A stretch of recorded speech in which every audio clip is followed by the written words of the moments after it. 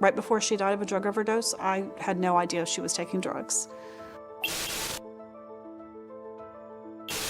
It gets you addicted. I mean, I started out like any drug, just doing it once a week. Then it became twice a week. Then it became almost every night, smoking a little bit. Then it became waking up with it, doing it all day long.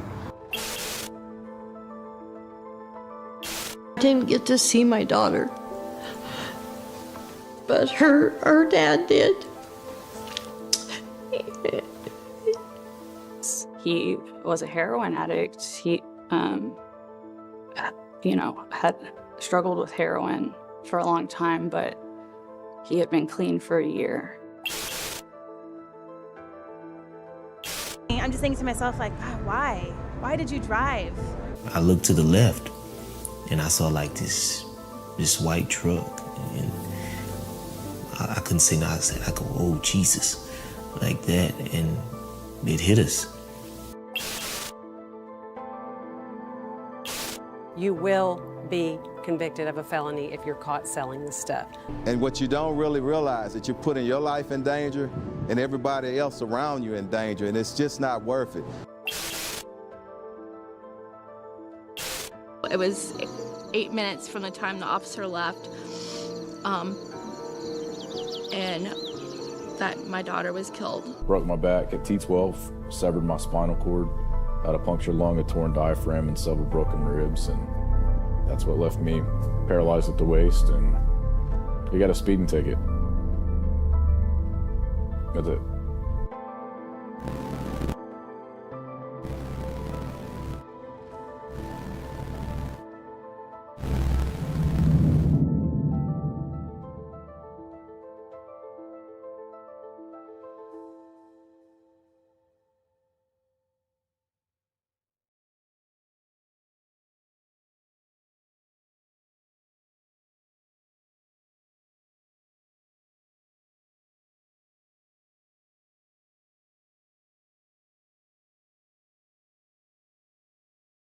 Yeah, Bree, it is a little too long. I think so too. Thing is, when we do these live events, there is a kind of trickle in that happens among viewers. You and Karma and Brenda and some of the others are among the first to typically make it to the live event, but there's more that trickle in, and so the length of this opening sequence that we sometimes use is a little bit long because of that. And it's also I don't know what you call it. It's sort of the channel introduction that's on our channel homepage kind of thing here on YouTube. So,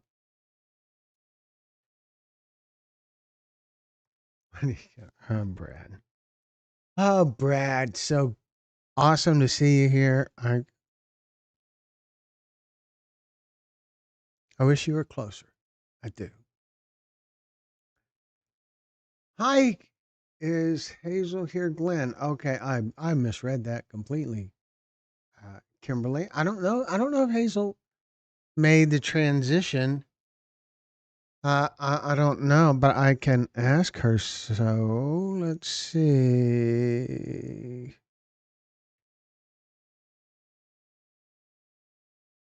I don't know. We've got to. Let me see what I can find out. Let me. I'm just gonna. Brad, Brad, didn't you have Zipper have a tariff so hoodies could have buttons this year? Hoodies with buttons. That seems weird to me. I don't know. Maybe I'm just not on top of it. But let's see. So we are looking for Hazel. And I'm just going to ask her, are you here?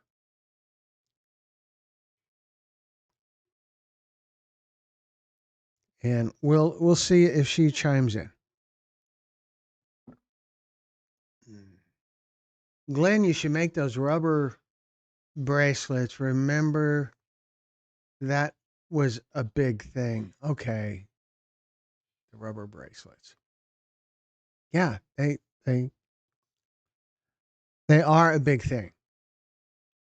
I will have to. I can see it. It's right over there. The camera bag that goes to virtually all of the storytelling summons, all of the video shoots we do of any type, basically, unless it's flight, and then maybe. And the camera bag, it's kind of bulky, and it has this shoulder strap, and on the shoulder strap is probably 40 or so of those rubber uh, bracelets you're talking about that have different messages. Some have a loved one's name, some have F fentanyl or some DEA message, but there's easily over 40 of them, and I don't know. There's just something about getting up and walking around the desk and going over there to get it that just seems a little bit over the top. While live, see, I would go get it during a commercial if there was a way to make a commercial happen that made sense in my head. But anyway, so yeah, we have other people's bracelets, lots of them, and they're pretty special to me. And water with alcohol, what? Brad says Rihanna. I don't know. What am I doing with that, Brad? Am I? Do you sell lifesavers? No, no, we don't sell lifesavers.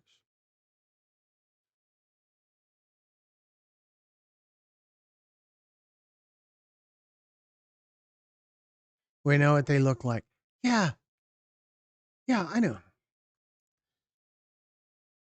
what they look like in a group on a camera strap.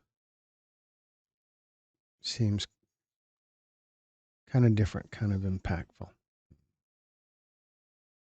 Oh, I'm looking for a Texas Pictures coffee cup. Oh, come on, another one, Carla? As far as I know, only two people have a Texas Pictures coffee mug, as far as I know. And I'm one of them. So, what's that, Miss Kimberly? The person that son knows told me there is alcohol in the bottle of water. Oh, wow. Brad, my secret is being immature. That's my secret.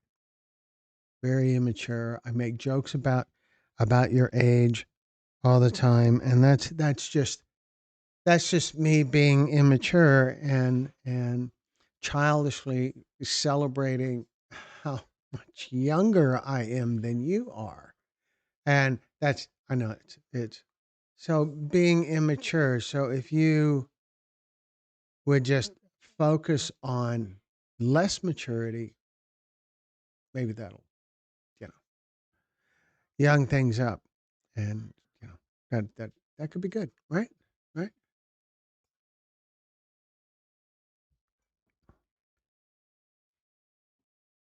So anyway, I wanted to get back to it hurts me, Glenn.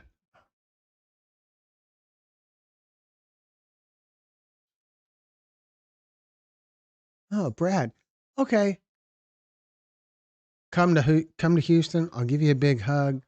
Take you to a nice restaurant, that has ramps, and we'll have a great time. Just come on down. Really. True XL in USA. Just kidding. Okay, Brad. I'm just glad you remembered the statement that you made like 3 minutes ago. That's pretty impressive. For your age.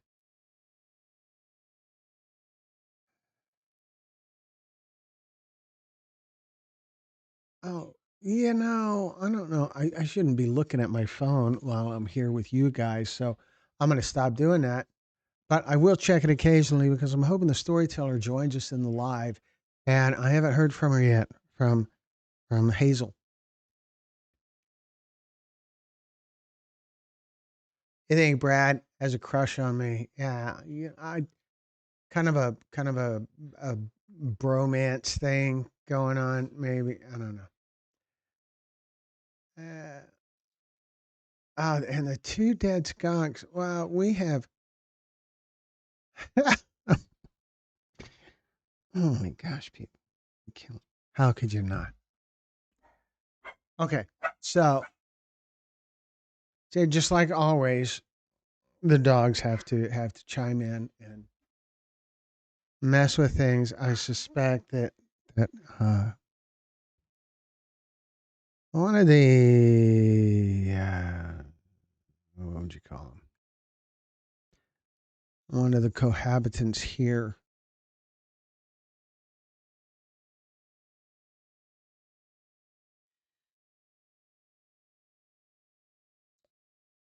What is in my cup, Carla? It is just coffee.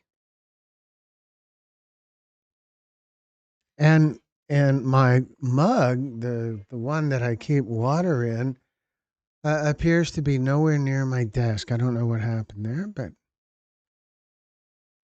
that's the breaks. I just kind of dropped the ball with that one, and hopefully I will be.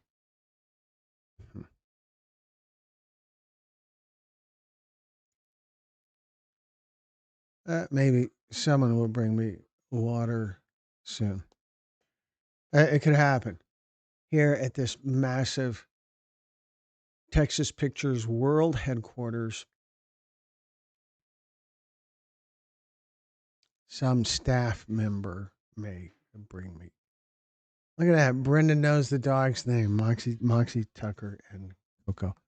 That's kind of impressive, Brenda. So, it hurts me that human beings don't care about our children's lives. We do. We do, as in everyone in this live event cares about children's lives. And there's tons of people who don't know these kind of live events exist. And there's tons of people who don't care to hear from me, but do care about children. They are out there. They are out there.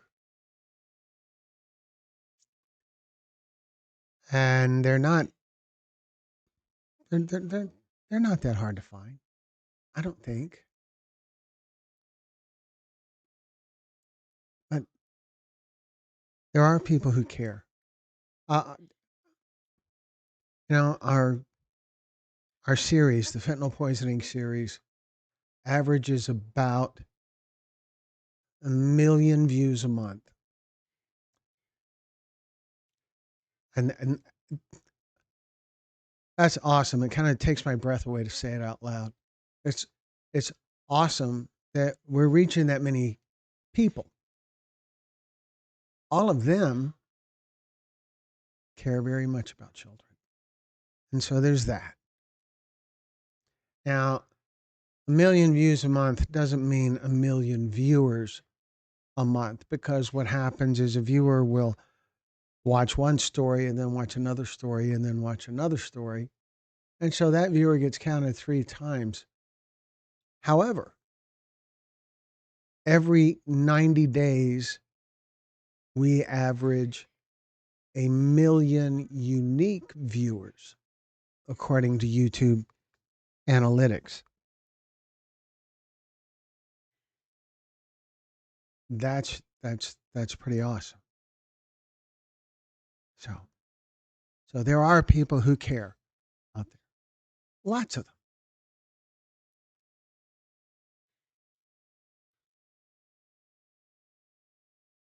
The people in our hometown would be Memphis for you, right? We should do. It's crazy. The last time I was in Memphis, I was there shooting for Mothers Against Drunk Driving, and I remember I think it was on Beale Street. I think there was a barbecue place that was uh,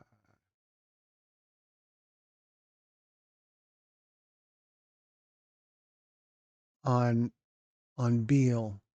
I think I mean, I hear Memphis and I think about that restaurant, and it makes me hungry. So anyway, Brenda says, Karma, I don't think most people would be comfortable talking about HIV and other STDs, not to mention if they have been on meth for long, they can't hold a conversation because of brain damage. We do have a few stories in our recovery series that are stories from people who had their substance of choice, I guess you would call it, was meth. There's several, and I should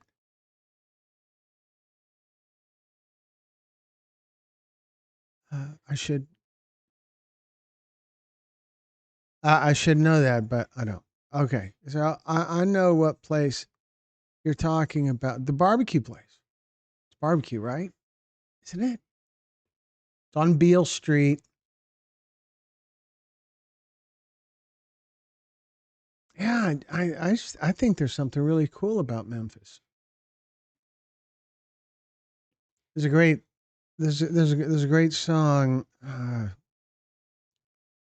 walking in Memphis, and it mentions Beale Street even. So I don't have any. So we've done topics that are kind of rough.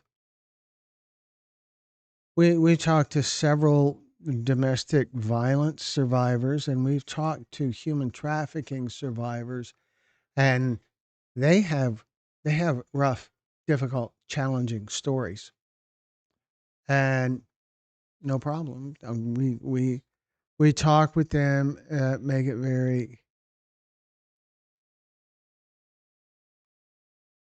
Uh,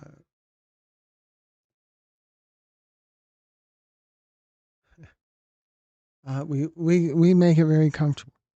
Mark Cohen I think is the name of the guy who did Walking in Memphis. I was walking in Memphis. I was walking with my feet 10 feet off a Beale. Yeah, it is. It's a great song, I think. There's it impacted me enough that I did some research about it and found out that there's references to people in the song that are real people. Uh, there's something about going to Muriel. Muriel plays the piano every Friday night, and oh, stop it, Brad. Muriel plays piano every Friday night at the Hollywood or something like that. And they brought me down to see her, and they asked me if I would sing a little number. I sang with all my might. It's an awesome song. Sticks sticks into me. Sticks with me. It's hard for me to even go by Beale Street. Is Beale a rough spot for you, Kimberly? Some sort of memory trigger? Some sort of challenge?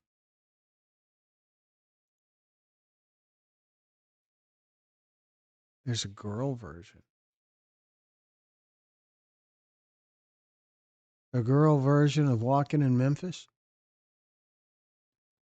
Karma says, "Hello, I'm reaching out to inform you that we have received your cast confirmation for our Test Your Radar series filming in October and excited to have you participate. We'll be sending out well, okay, that sounds cool. Karma, that sounds promising.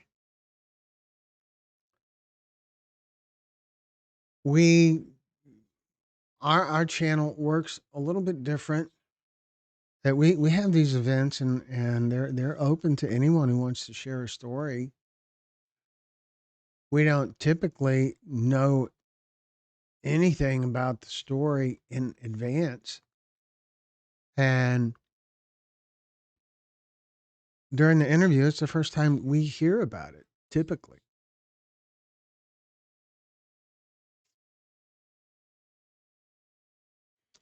I just saw the thumbs up clicker advance one. It went from 6 to 7. And there's 21 people. One says 21, one says 17. Regardless, there's way more people in the event than there are thumbs up. So let's try to catch up, folks. Really helps the channel. Where am I? Greatest song ever. I like the girl version, Walking in Mint. I don't know about the girl version. I don't get out enough. I have Pandora on my phone and I play Pandora through the radio in my car. And Pandora plays stuff that I like, and that tends to be things that are that were released before 1990. It's probably true for most people. Anyway, what else we got going on? Let me catch up. The email the week before the production with additional details, including location, address, call time, parking details, etc. If you haven't signed your appearance release, you'll be I'll be reaching out to follow. Yeah, we have a release that our storytellers sign also. And what happens typically is they fill out the release at the storytelling event. And the release typically, sometimes I will have, here's one right here. And I will often have the release with me when I do the interview, and I'll make notes on it now and then. And that just helps me shape the content a little bit and give me ideas for questions and things like that. But there's we don't need it in advance. State fair.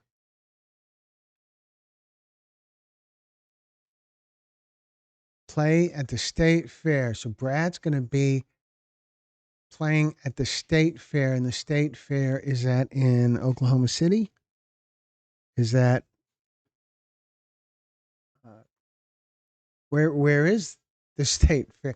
That sounds awesome to see the state fair. I don't think we can make it this weekend, but it does sounds interesting. I've never been to Oklahoma State Fair.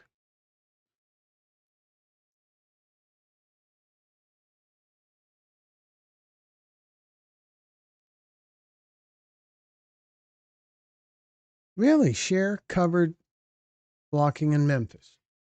I had no idea. I like Cher.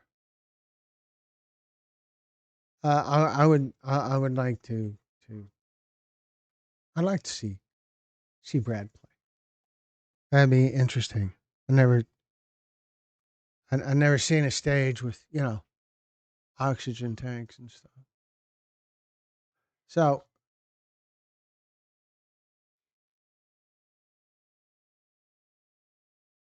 that was me. Risk 603, that was me. I bumped it to 7. Hey, Risk. Risk.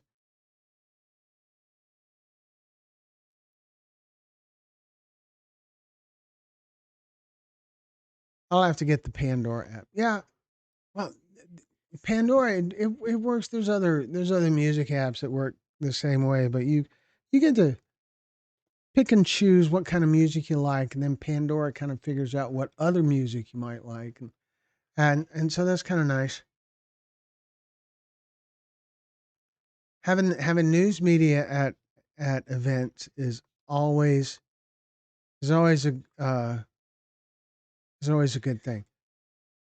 Cindy, you're asking what's a release? It is in the business. It's a form. It's called typically it's called a model release or a consent form would be another common term for it. And what it does is it basically says that we can use the interview that we conduct with you to make a story and put on our channel. And all of our storytellers, all of them, have filled out a release. And also on the release is mailing address, contact information, a way that we can let the storyteller know when the story is finished so that they can see it before everybody else sees it. So the release is more than just a legal annoyance. It's a valuable tool with how we organize our stories. Right now I have this book that I will share with you. This book right here, it's got probably 40 releases in it right now that are filled out by storytellers. And if the release is in this book, that means it hasn't been edited yet. And it's got dividers, and it's divided by location, by state, or by city. If by city, if it's Florida, because holy cow, we've been to 5 locations in Florida. And so that's how it's organized. I don't know. I don't know what happened with Hazel. I did message her and ask her if she was going to join the live, and she hasn't replied. But she's busy and probably has stuff going on. Where Hazel is she coming back to us? I don't know. Brad, you are getting married soon. Married soon. Yay. Yay, Brad. That's awesome. You have uh uh it's great for you to have a partner to change the bag. Oh, that's terrible. I know, that's terrible. Sorry. I'm sorry. Sherry is doing great. Everything has been uh everything is good. We were on a cruise last week and had a great time. Despite a few things going kind of weird, but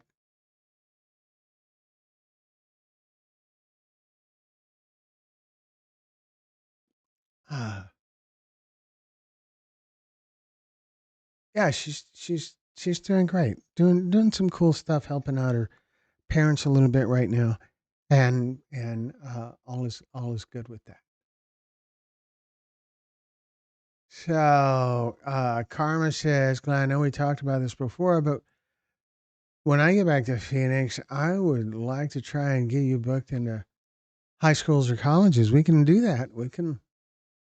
I'm glad to speak wherever about the dangers of fentanyl and I don't know. I suppose whatever else we've done several things working with media departments in high schools and colleges creating opportunities for students to kind of work in the business a little bit, and that's always very cool. And Kimberly says, "Oh my goodness, Glenn." Yeah, Kimberly, I don't know where to go with that. Uh, I've Brad says, "Knock knock." Gosh, Brad, who's there?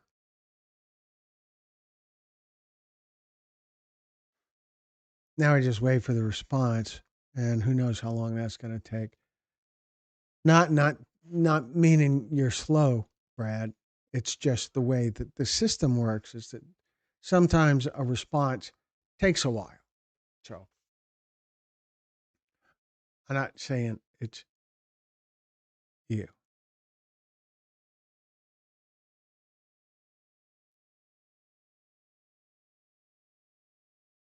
Bree, do you consider $140,000? Why am I seeing that here and not there? Oh, come on.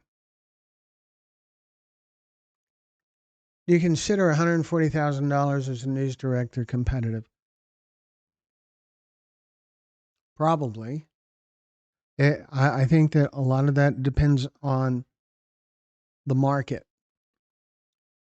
Larger markets, yeah. Smaller markets, probably not.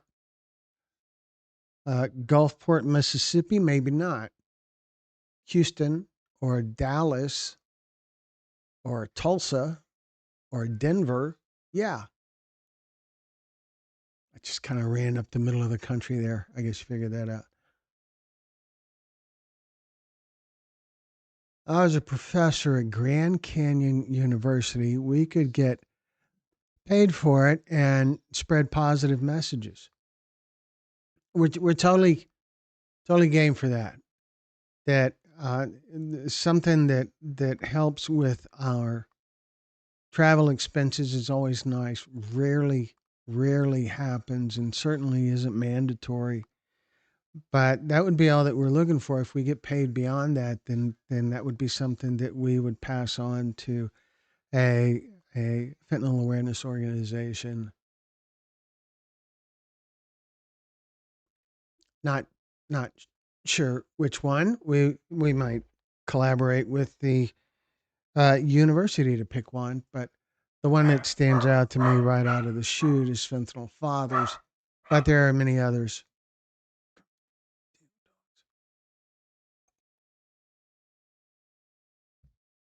Ridiculous, the dogs.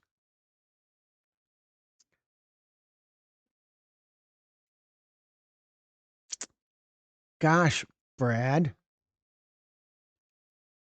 maybe we should go back to talking about my youthful appearance. What are my thoughts on abortion?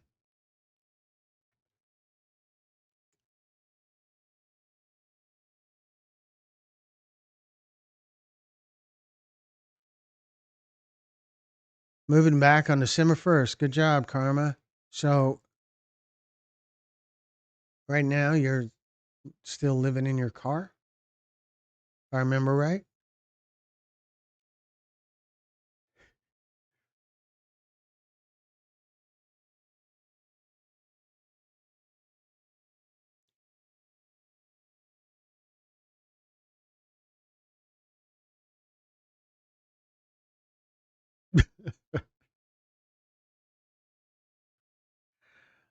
Oh gosh, Carla.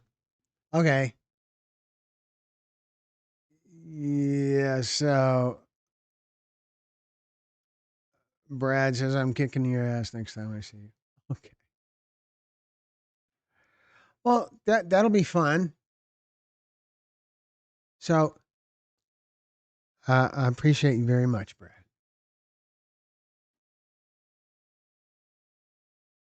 My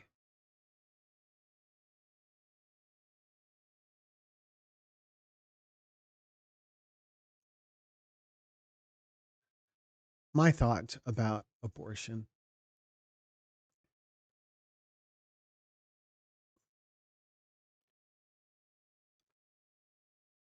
I'll say I don't think it's a good thing.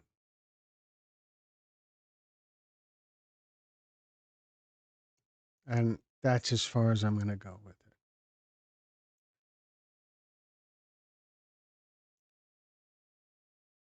it. Holy cow, folks! I'm yeah. That's the way, Karma. That's kind of what I'm doing, right? Anyway, but we haven't really talked much about this most recent episode, and I really like how candid Hazel was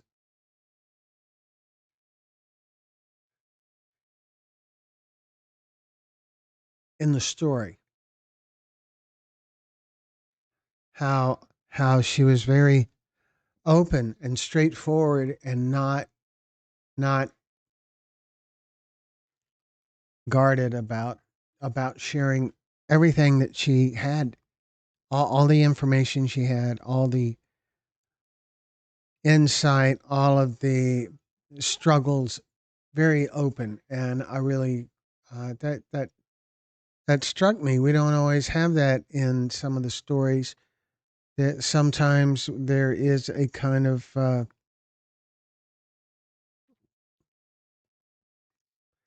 guarded element that is totally understandable.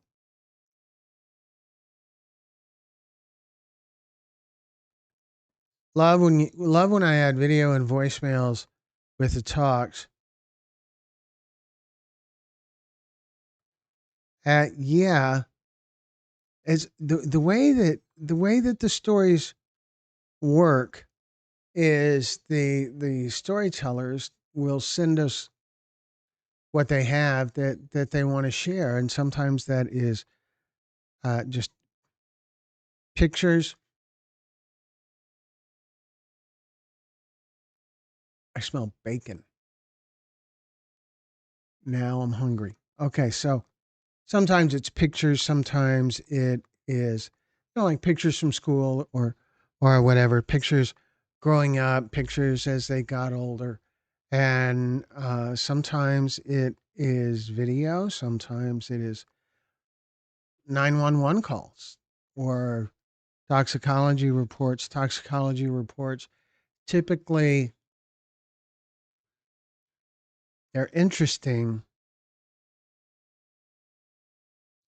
but the content is interesting, but visually they're not. Toxicology reports look very much just like a Word document. They don't have anything particularly official looking about them or impressive about them. They're just there. And so visually they don't do much, but having the information is useful, I think.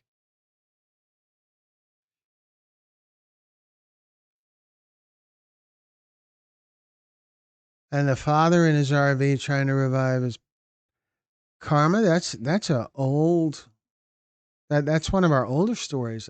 That story's from a couple of years ago, right?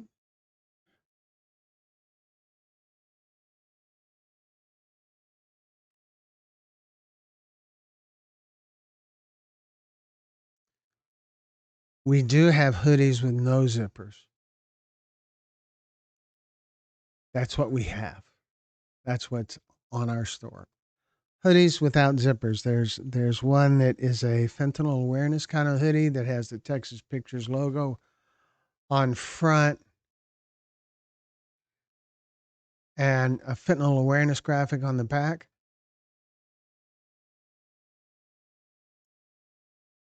A hoodie with buttons. Cindy, no. I don't think there's such a thing as a hoodie with buttons.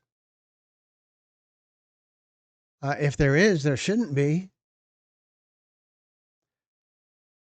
Uh, anyway, Brad says that Glenn, that is a no-win subject.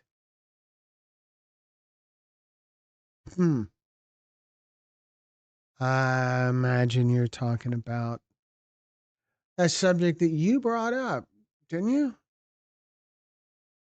Joe.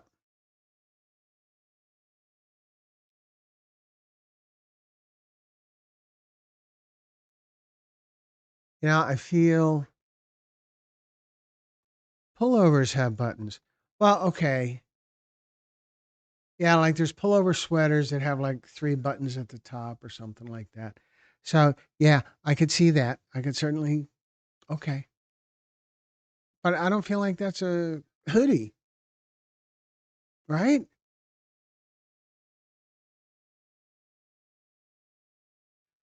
Cindy is jumping on Brenda's bandwagon. Cool. Uh, I feel like Hazel didn't know anything about fentanyl then. Yeah, we still there's a lot of stories out there that where the parent, the storyteller, didn't didn't know anything about fentanyl until they saw the toxicology report for their loved one. It's terrible. There's no defense for that. Really, it is a substantial and very valid, newsworthy topic, and it does not get the coverage it deserves.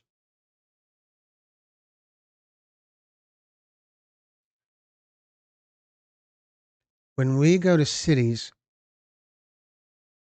and we have been to cities all over the country. When we go to cities, every time we go to a major city, we let the local media know we're going to be there because it's good for us.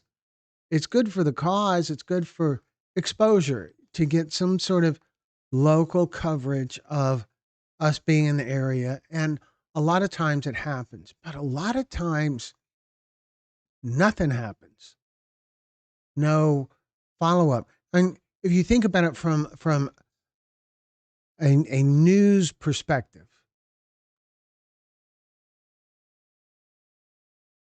news. Thanks, Brad. News stations, local news media is always looking for stories. And so, a place where there is one of our summits, at the summit, there is going to be 3, 4, 5, 6, or more people who have fentanyl related stories to share. From a news media's perspective, that is what they call low hanging fruit. It's so easy. You show up at one spot and you can get 5 stories related to fentanyl or for whatever subject, but in our case, it's typically fentanyl. And still, some news media just don't care. And only count if we're doing a summit that is primarily about cannabis induced psychosis. Oh my gosh, nobody cares. I just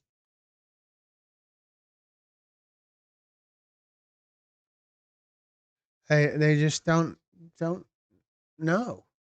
They don't they don't they don't want to report on it, and I can see why. We get tons of crazy comments from people defending cannabis in our stories. If you get a chance, you should go look at some of the stories. Even if you don't watch the story, just read the comments. And you can tell just by looking at the sentence structure and the number of misspelled words, you can tell if the commenter is pro cannabis or not.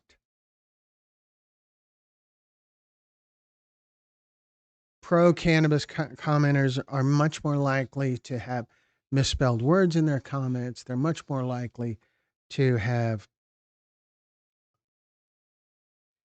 really poor sentence structure, light on punctuation, and they're also likely to, instead of posting a comment that has like 5 sentences, 6 sentences in the comment, they'll post 5 comments with 1 sentence each. And these characteristics are common with cannabis defenders and nobody else. I don't know what that means. Kind of implies some stuff, but I don't know what that means. So,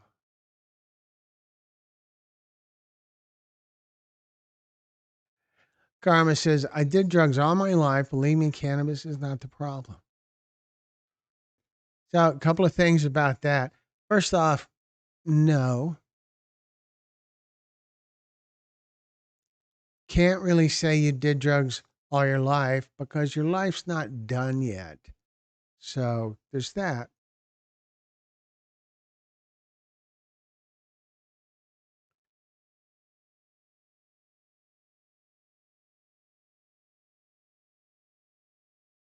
And having experience using drugs doesn't make someone an expert on drugs.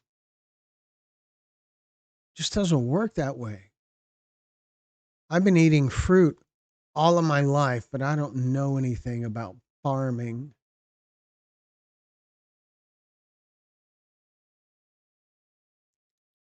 Cannabis now is not what cannabis was 20 or 30 years ago.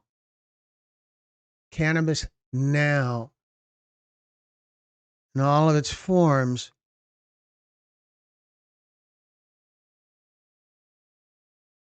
it's far more potent. It is far less what cannabis defenders often make a big deal out of, which is that it's natural. And that's just, no, it isn't. It's not. It has a natural element, but holy cow, heroin is made from opioids, is made from the poppy plant. That has a natural element too. So the natural argument is pretty retarded. I don't know any other way to say it, but that's stupid. Cannabis now is grown in a way that manipulates content, that manipulates the level of THC, and at the expense of CBDs, of the CBD content, to improve the impact to the user, to make it more appealing as a product, because it's a business. Duh.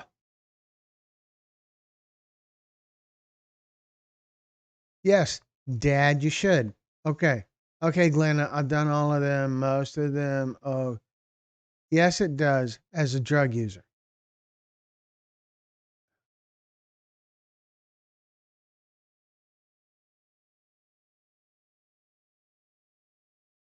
Gonna be the first to make a hoodie with buttons. It's great that we had that breakthrough here tonight. That's awesome, guys. We need a breakthrough like that. Now I see Jacob Lambert is here. Assuming he's still here. I know he's got a short attention span, but I hope he's still here. There's always the chance that him and his mother or father or maybe both are here as well, which is always kind of weird. It's easier to not worry about stuff when you don't know the audience that well. Anyway, Brad, yeah, you should.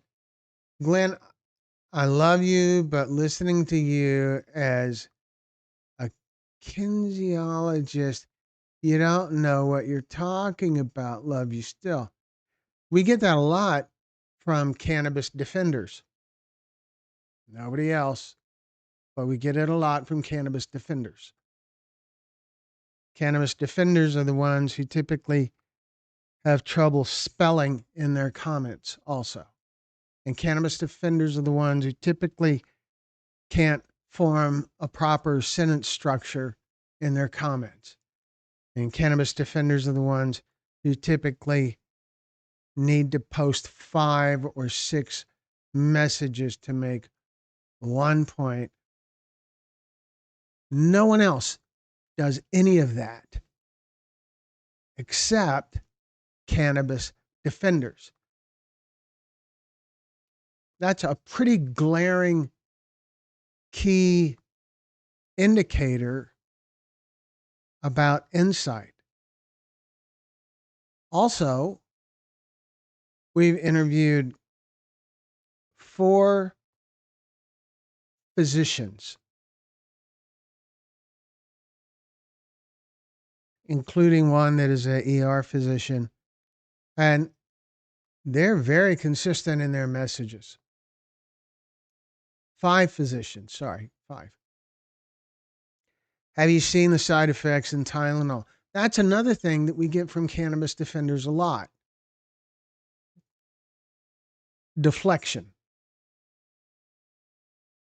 Another comment that we get from cannabis defenders very often is basically saying, oh, yeah, well, what about alcohol? You know?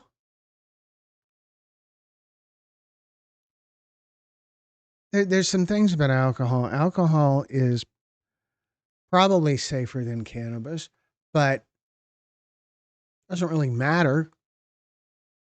Alcohol is alcohol, cannabis is cannabis.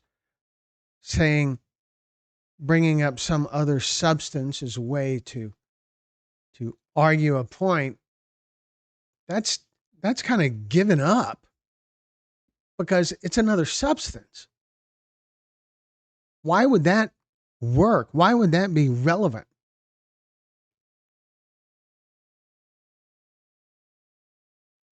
So with regard to the difference between cannabis and alcohol, first thing, alcohol is water-based. Cannabis is not. Alcohol gets out of your system pretty quick. Cannabis does not. Cannabis can get stored in your muscle tissue.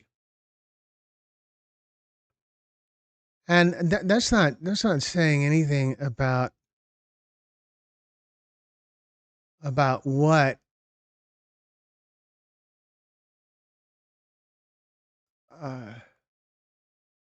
it does, but the fact that it lingers can't be good.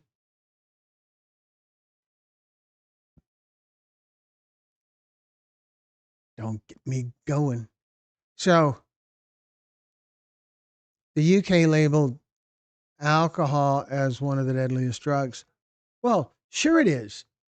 I'm pretty sure that is common knowledge. I'm pretty sure most people know that. Most people have a friend or family member in their life somewhere who's been affected by alcohol. Maybe they're an alcoholic. Maybe they're a victim of a drunk driver. Maybe they have family members, whatever. The dangers of alcohol are far more common knowledge than the dangers of cannabis. Good job, Karma. It's fine for you to not agree with me.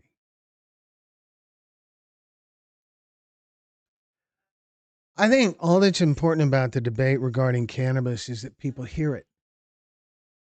That matters. And people don't hear it. There's people out there who will decide to just to basically go, no, I'm not listening. Where's the logic in that?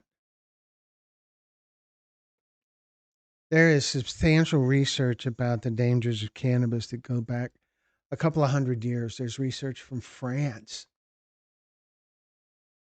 from I want to say mid 1800s.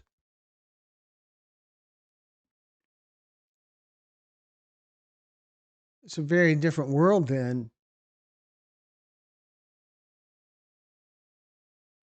It's just the more you learn, the more research that happens, the less sure you can be about the safety or danger of cannabis. God is my main man, says Brad. Good job, Brad. That's awesome.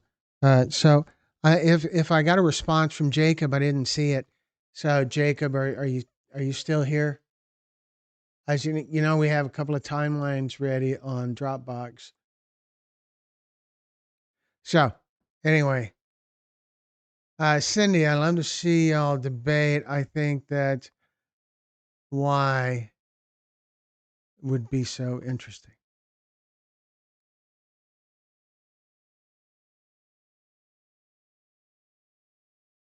My cancer patients, his body became tolerant to traditional meds, used cannabis. I agree it's not for everyone, but for some, it is a lifesaver.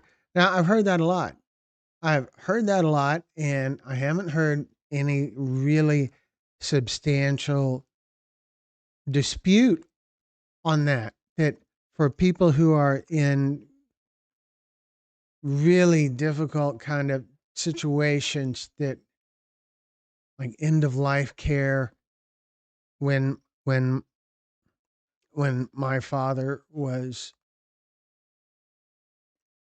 dealing with Lewy body dementia, this slow, terrible death, we gave him a little bit of THC kind of frequently. And and it seemed like it helped. But with that level of dementia, Lewy body dementia is kind of it is like it's like Alzheimer's with anger. And what we noticed when we started giving him a little bit of THC is he smiled more.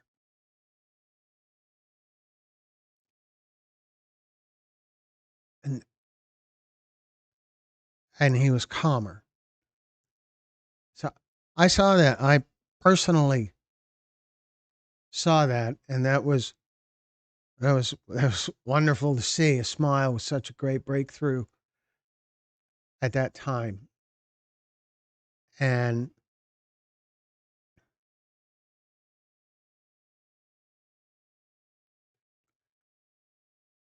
I know it didn't hurt.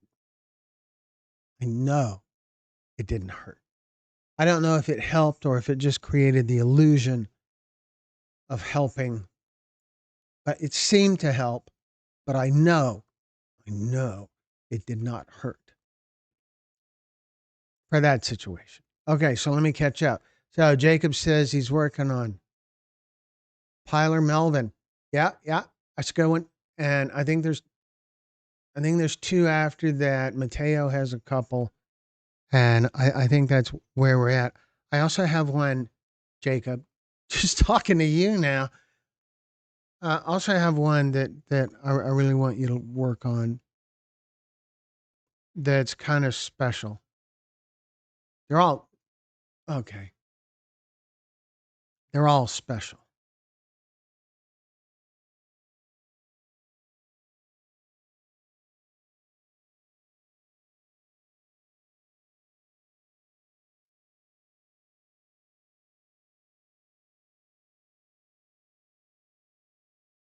Anyway,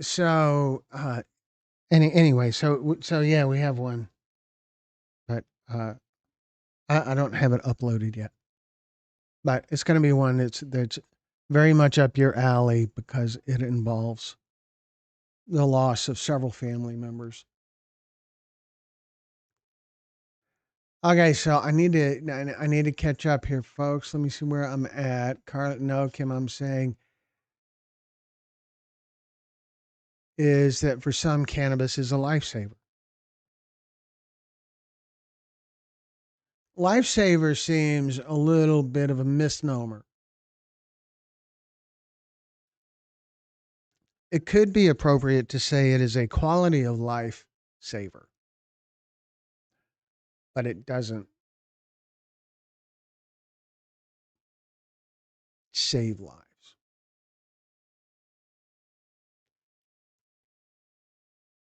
Kimberly, there's only one judge, and it's none of us. Well, listen to you, Brad. Good job. Cindy, oh, wow. God bless him. That had to be tough. Talking about my dad.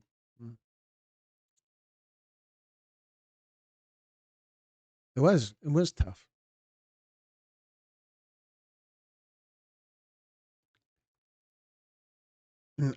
I was in a place in my life where I was able to devote a lot of time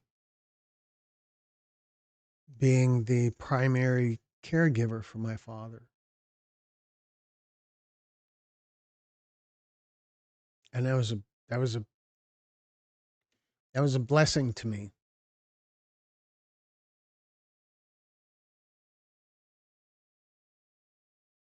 For a couple of years, my family referred to me as the dad whisperer.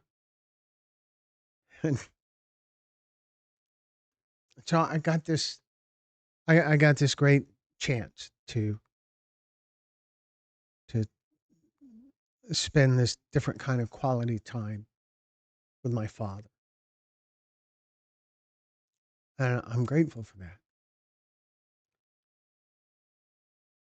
When he died, I was there. I was the only one there.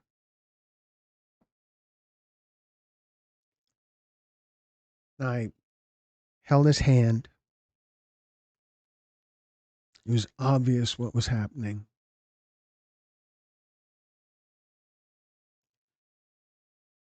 And I just kept telling him that he had nothing to worry about.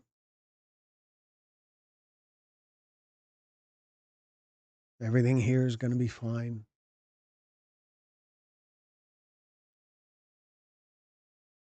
He has nothing to be afraid of.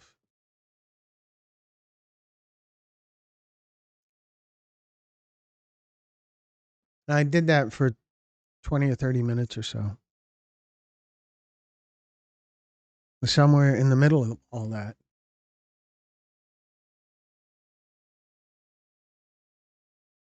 he passed away.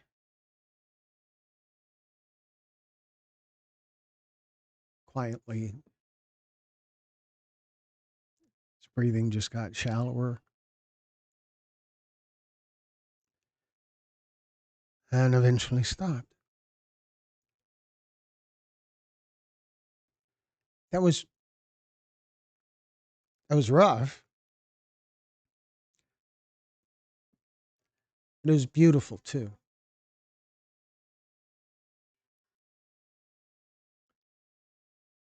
I got to do that for my dad. All right, so holy cow, that wasn't a road I saw us going down, but here we are. So, what about Judge Judy, Carla? What? Carla, you're killing me. Judge Judy. Kimberly says, I'm against cannabis, any substance use. Yeah, I think the real flag is that need to alter your perception of reality in order to be entertained. There's something really sad and pedestrian about needing that.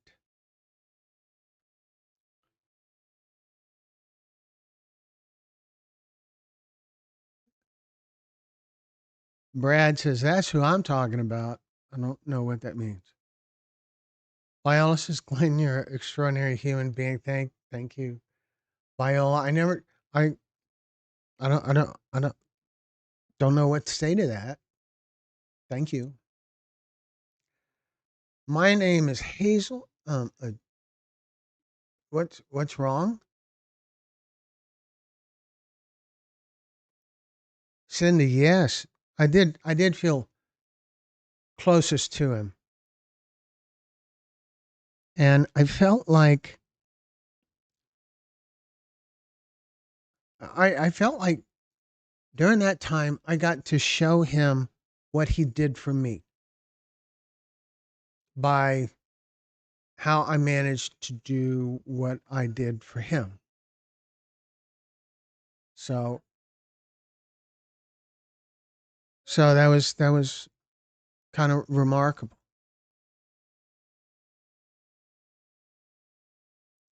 Hazel, I am so glad you're here. What's wrong? What's wrong? Something wrong? Are you asking me what's wrong? Everything's good. So, yes, Cindy, uh, Hazel is an amazing person. Hope, I lost a lot of friends and almost lost my own life. It's terrible. Thank you for sharing.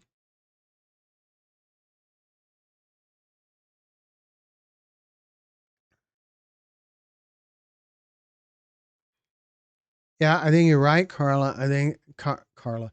I think you're right, Karma. There's probably an entire series on antidepressants and ADD meds for sure, and we're certainly open to that. The way that our topics typically develop is that people come to us.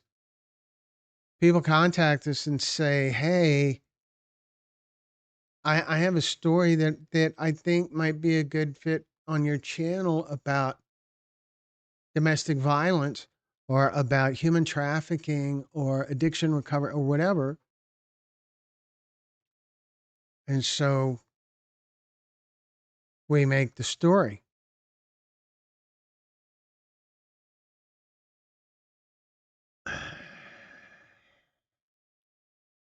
And that's how it begins. We don't really go out and seek stories. Typically, we have a little bit. We've done some investigative kind of stories, like stuff along the border with hidden cameras going across the border and going into pharmacies. But for the most part, they come to us. Okay, now I saw a comment here that I wanted to get back to just a little bit.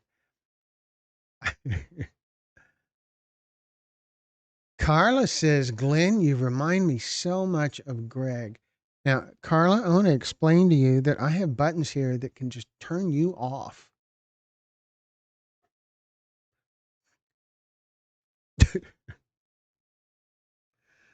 You're killing me. So let me see where I'm at here. Over, we're over 70 minutes. So it is probably about time to wrap it up. And um, get ready for the next one. Tomorrow, I believe we will have a new cannabis induced psychosis story. It's long, it's over an hour long. It's pretty brutal. The the user is still alive, struggling. It's a powerful story. It kind of reminds me of the movie Leaving Las Vegas.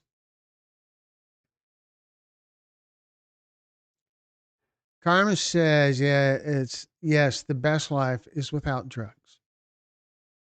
Oh, sure. Okay, Glenn. Hazel, I don't know what to do with just okay, Glenn. It's been a while since I said whatever you're referring to, I think. So what did I miss? Did I miss something? I'm trying. I'm trying. I have to pay attention. I'm not Brad old, but kind of close. And so I struggle with memory issues. Brad, on the other hand, I think he just dozes off now and then. That's why he's not giving me grief right now, is because he has dozed off again. What's eating Gilbert Grape, Carla? No, I haven't. I mean, it's a Johnny Depp movie from early '90s, maybe.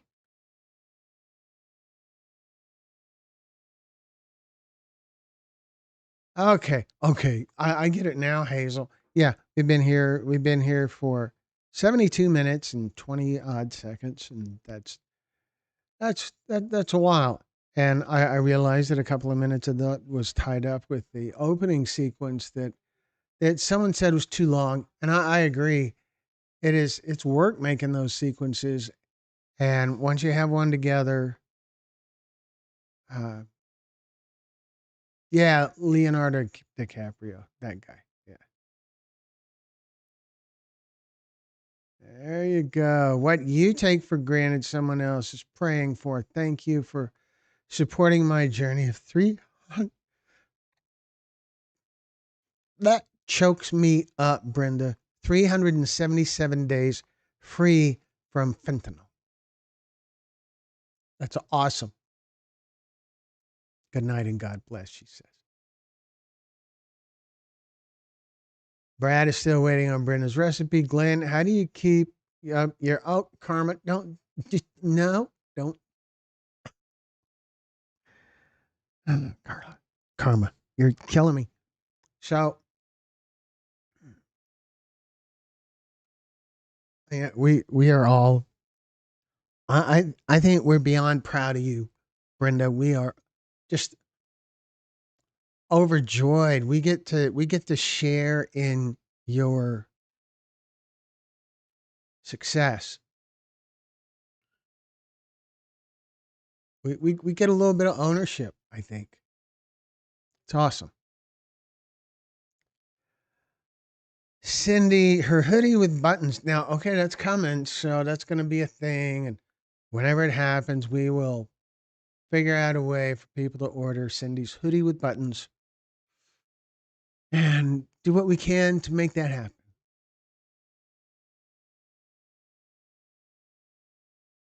All right, folks. So I do very much appreciate you guys joining us. I can't tell you enough. I don't know if we'll do a live tomorrow night or not. We will probably make the cannabis story.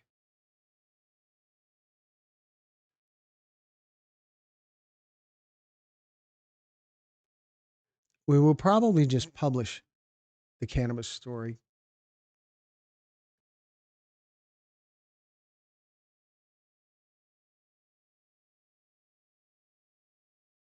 Good night, Hazel.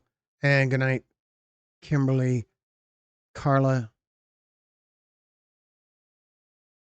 People really need you. You're important to a lot of people. You, you're important to me. I'm not. I'm just this video guy in Houston, but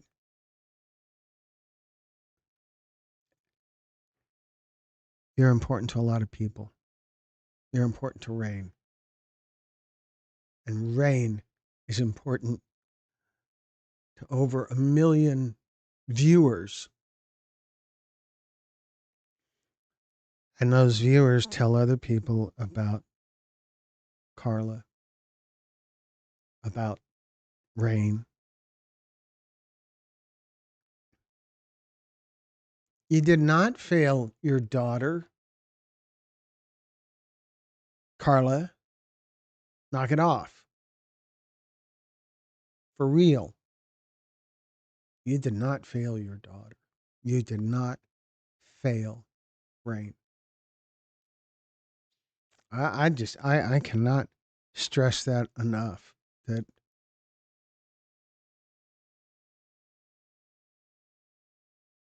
One of the things that really stood out to me about the pictures of Rain was that obviously you inspired her.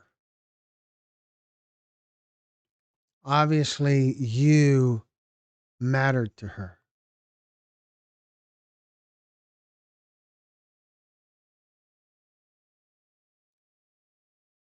And you still do.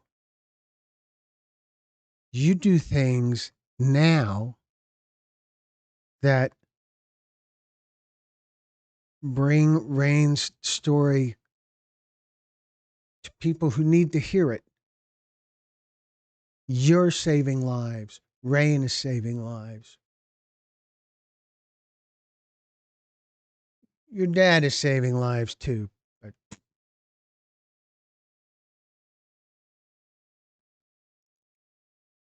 you're important.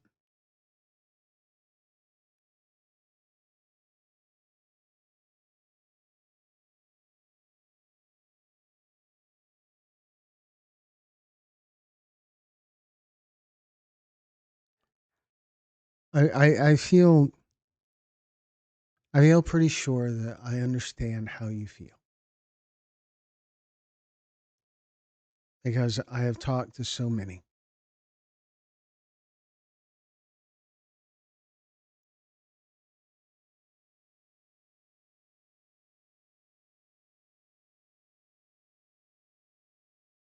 Rain isn't really in your life now the way she was. You're not with her, but you're for her. And being for her is a big deal because you're her biggest voice now. So you have this special kind of obligation, this special kind of sacred responsibility.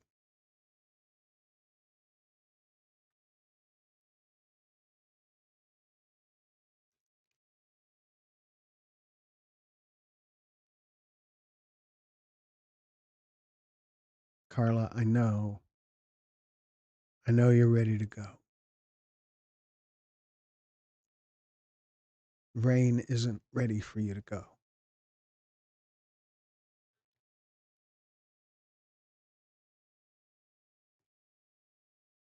No one in the chat is ready for you to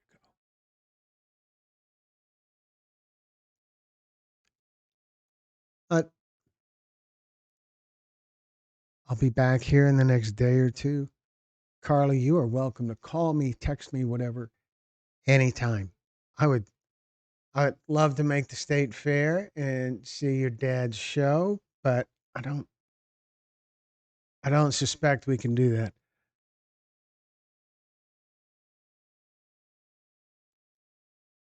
Now you keep in touch with me.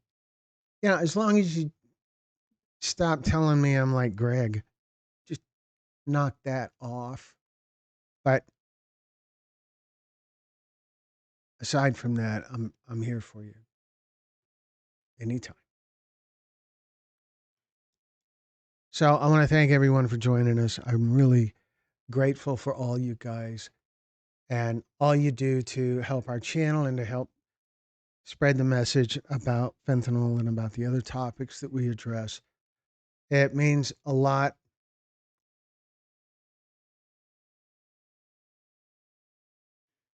And I want to remind you, just like always, that we are always available, like much like I was saying to Carla, that you're welcome to reach out to us anytime. And we're always happy to do anything we can to help. So here's the way to reach us. You can email us at info@texas-pictures.com. You can find us on Facebook under my name, Glenn Muse. And you can also find us under the company name Texas Pictures. We're on TikTok, and you can learn more about us on our website, texas-pictures.com. There's information on how to share your story. There is a link to our merchandise stores that clearly Brad and Carla are quite fond of bringing up. And there's more information about us. There is a mailing address, a company history, phone number, all of that good stuff on our website. So I'm sorry, I see this. Is something wrong with Brad? Well, probably a lot's wrong with Brad, but that's a whole other story. I think Brad's good. Uh, thank you all again for being with us, and we will talk to you guys next time. So good night for now.